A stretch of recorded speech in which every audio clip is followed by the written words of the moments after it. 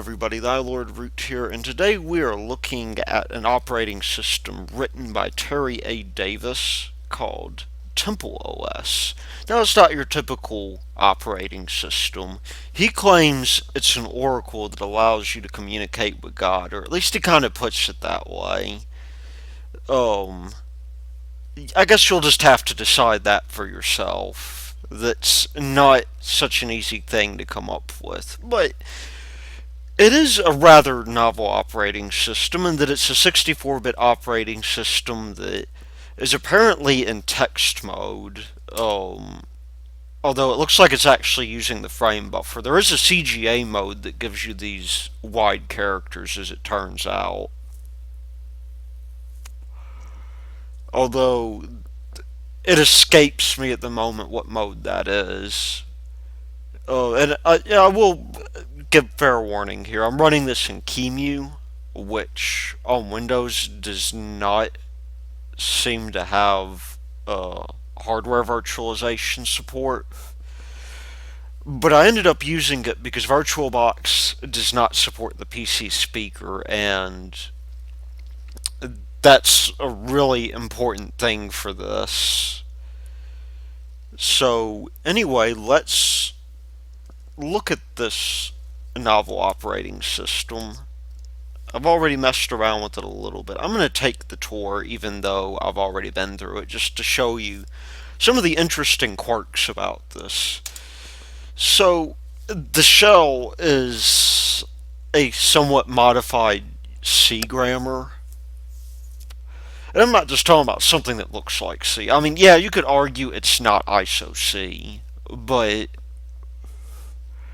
the the syntax is very much like it. There are a couple of things, like if you have a nullery function, you can drop the parentheses. There's also named parameters, which is really interesting. He does this through the enter key, not the space. The space, incidentally, is like left click on here. You know, he incidentally does a lot of things here with that. So, I mean, he uses a JIT, I believe. Kind of an interesting approach if you like C. We have the personal menu that is sort of like the application selection menu. You do Control M. This is apparently an emulation of it here,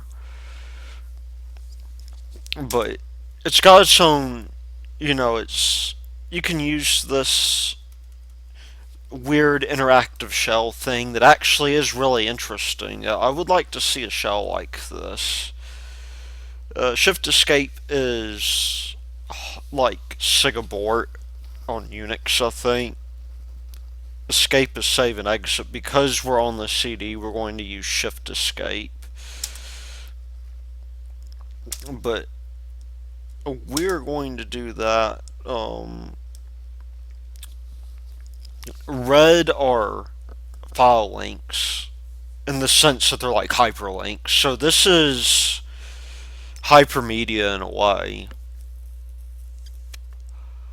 And then blue specifically refers to directories.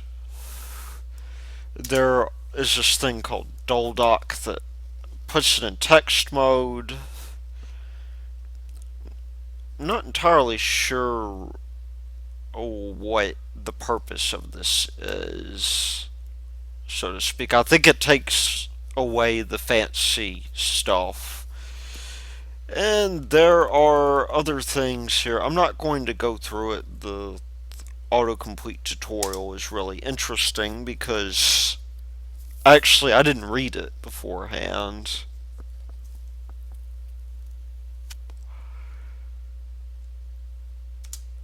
But you've got this weird shell completion. So make OS print boot install is available and it's underlined.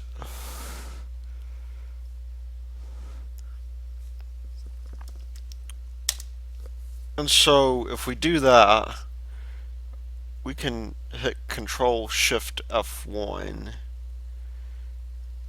to do that, except there we go. And it brings up the source code for this. It's got its own interesting little preprocessor stuff here. It really, this tight integration between the C and everything else is really, really quite peculiar. I haven't really seen anything like that. I know that there was an attempt to, like, a long time ago to port the Java virtual machine to an operating system kernel, and that there are actually some really interesting results out of that. Swing, I believe, had a text mode port from that. We will do, what was it? Alt escape. No, that is not it, and I lost. I have no idea what I'm doing. Escape. Control F1 to autocomplete. What am I autocompleting? Control F1 to autocomplete. Have no idea what that did. Um, Control F1 can be used to.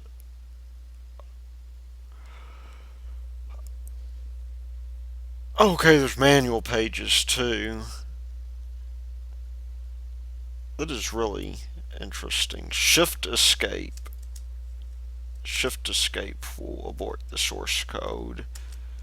Um,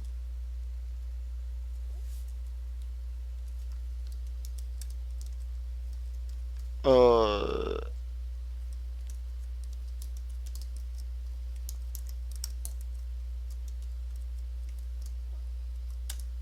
I've apparently, because it can't write, I've apparently done something to make it unhappy. Anyway, the compiler is appropriately enough named the Holy See compiler. You can see here he has his own file system as well, called the Red Sea file system. He was petitioning the Linux people to actually support the driver for it. It might be actually rather interesting to write like a Fuse driver for Red Sea. But we will just bring this back up. Let's look at some of the other features.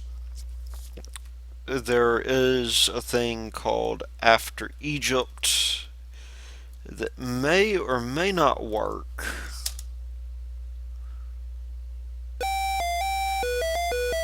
And I'm hoping that that's not too loud for y'all. But you can see there's actually a really interesting thing that could, in some sense, work for the demo scene here. You've got the simulation of people moving around. Apparently, this is that scene out of Exodus shortly after Moses receives the Ten Commandments. That is really interesting. Can I turn off autocomplete? Oh wow, it's got Elizabethan curses in it. There are a number of things we can do. I've tried talk with God. It does not work. Okay. Uh, it crashes the operating system. It doesn't do it on VirtualBox, but then again, we don't really have this deal going on here. This is something about the purpose of life. Apparently, denouncing secular human, or apparently saying that Christianity is secular humanism. Um, And I haven't read through this all the way, but let's take a quick look at this. I mean, it looks like it's basically saying that it looks like um God demands praise and hymns and stuff like that, and the way that he does that is through TempleOS.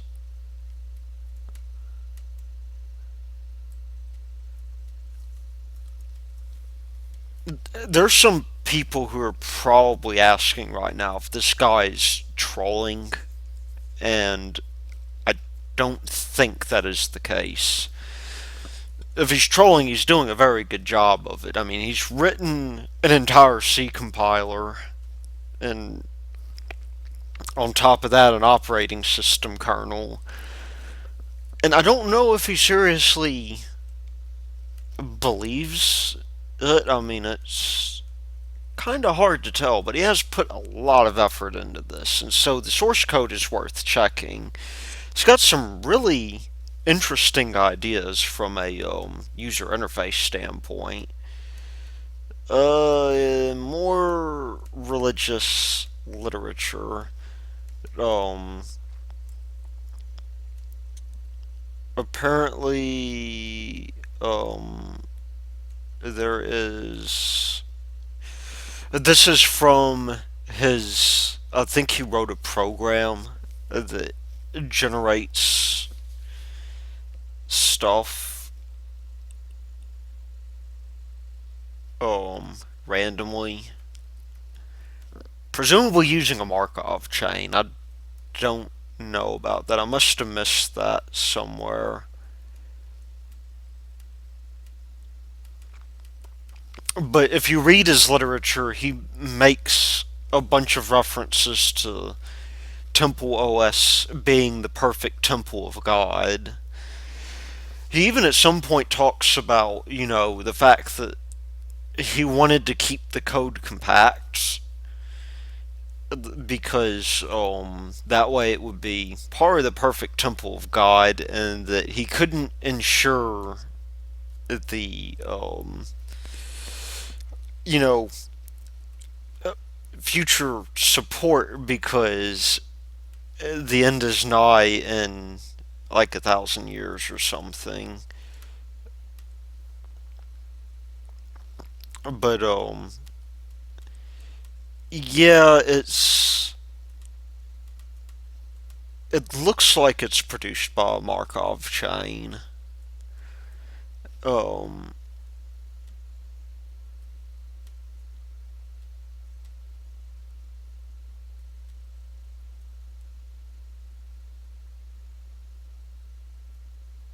or maybe these are questions about him. Maybe. I have no idea. Um, he does have an interesting little him thing going on. Oh, this is the thing I've been looking for. I've been looking for this all night. Um,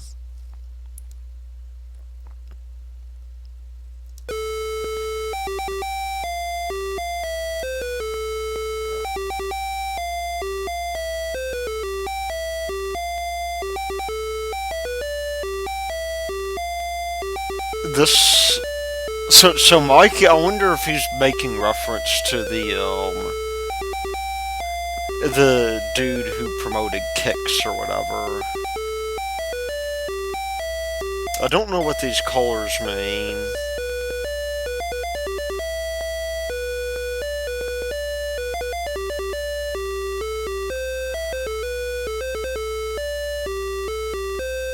Oh, it looks like a reference to Romans down there.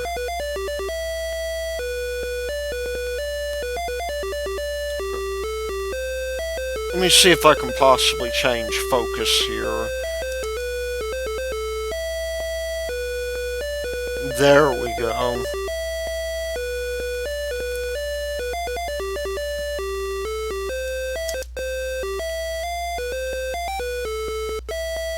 I don't quite know how the music is generated. I haven't had a chance to look through the source code. However, we can do a hymn about the letter O. Maybe.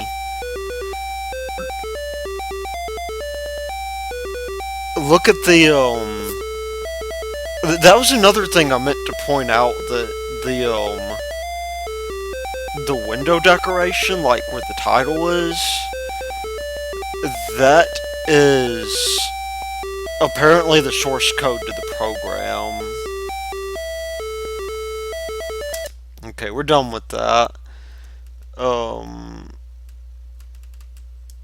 He's also done lots and lots and lots of comics, it would seem. It's taking forever to list the files.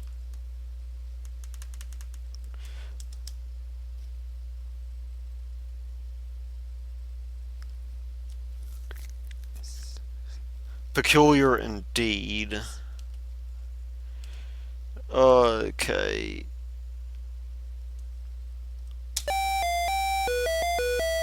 I think,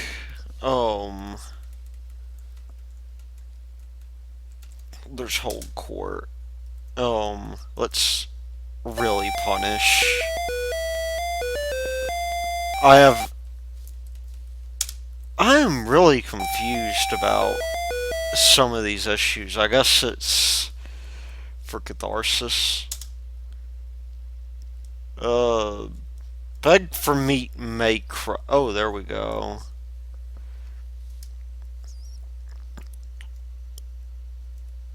It's apparently a passage out of Exodus, it would seem.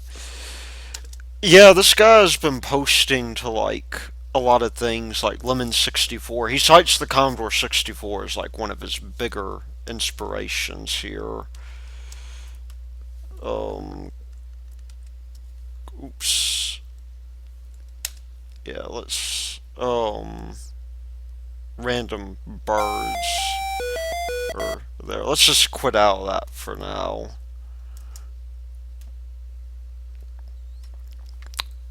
But, you know, there's more things to life than, you know, I guess, being religious, so he has some games in this too. Let's do, for instance, Castle Frankenstein. Oh wow, this is...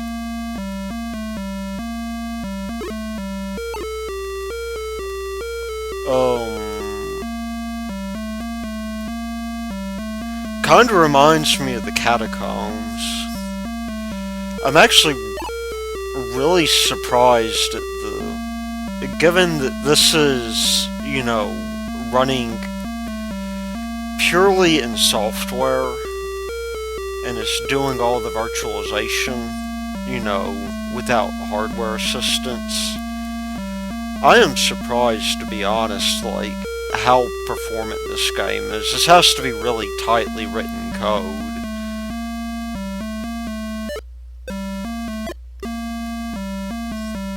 I mean, he's written his own 3D renderer and software. So that's really cool. Yeah. Can't shoot the trees, unfortunately.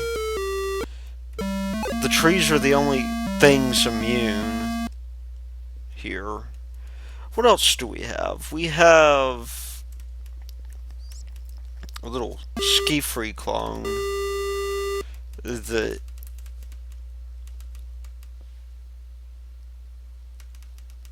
has this weird form of scrolling. Let's see. It's just, oh yeah, it wraps around. So the world on this mountain is a torus or a cylinder. I think it's a cylinder because there's a definite end. Let's see what else we got. There is zone out here. that is really interesting to look at.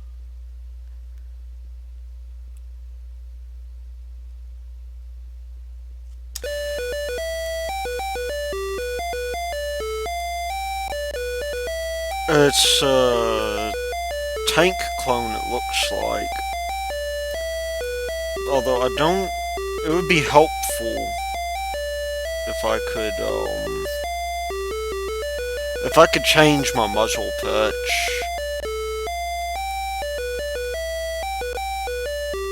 Yeah, I'm gonna change that. That music is grating on my nerves a little bit. What else do we have? It looks like a bridge simulator.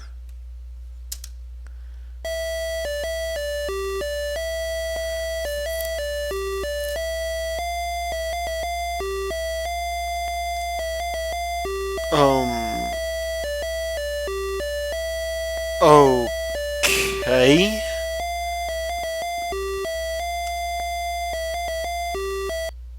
Let's just do that. I don't,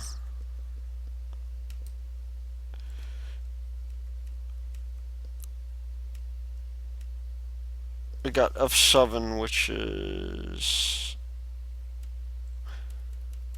Dude, there's a thing to mute the sound, but I don't know why you'd ever want that.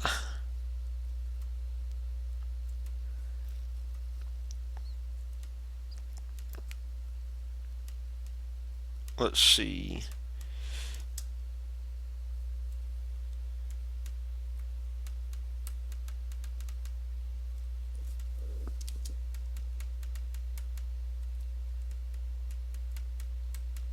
Looks like a little dungeon simulator, perhaps procedurally generated. I'm not sure. I mean, the entire kernel itself is like some 100,000 lines of code, which is fairly impressive for what he's done. I don't know that it's a microkernel as such. I mean, it does have a multitasking thing going on, but I don't think it works in the way that a microkernel normally does.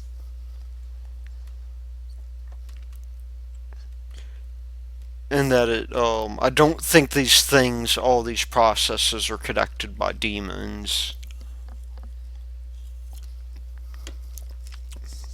I wouldn't be surprised if this were a monolithic kernel at all. But yeah, I mean, there's some cool stuff here. Excalibur might be. Oh, looks like there was not enough memory there, and um,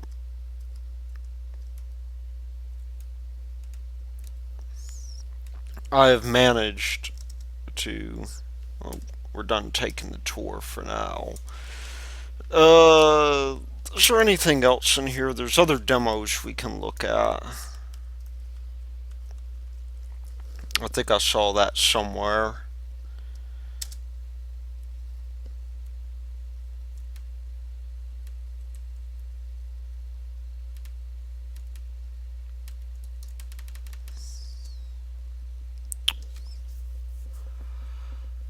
Except, oh, you know why? I think I'm being an idiot here. Oh, it does not like that key binding. Let's do spy.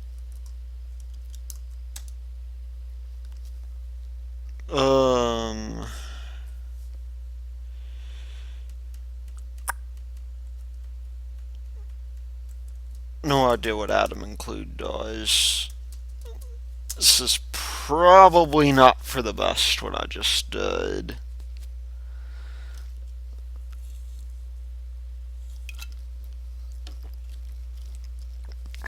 Or maybe it's compiling right now. It looks like that may be what it's doing.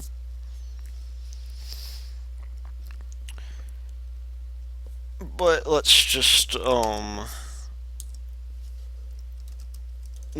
maybe see if there's anything else here before we go, because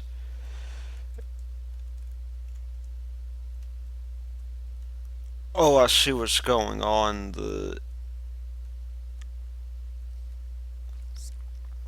So this operating system basically bootstraps itself every single time it boots. What else do we have here? Graphic resources, text widgets.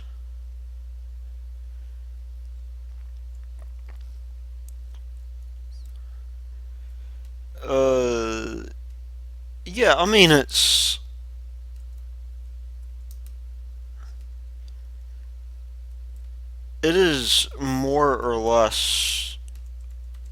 I mean, it's interesting to say the least, but I mean, it's something that maybe um you might get a chuckle out of it, or you might really find advice from God.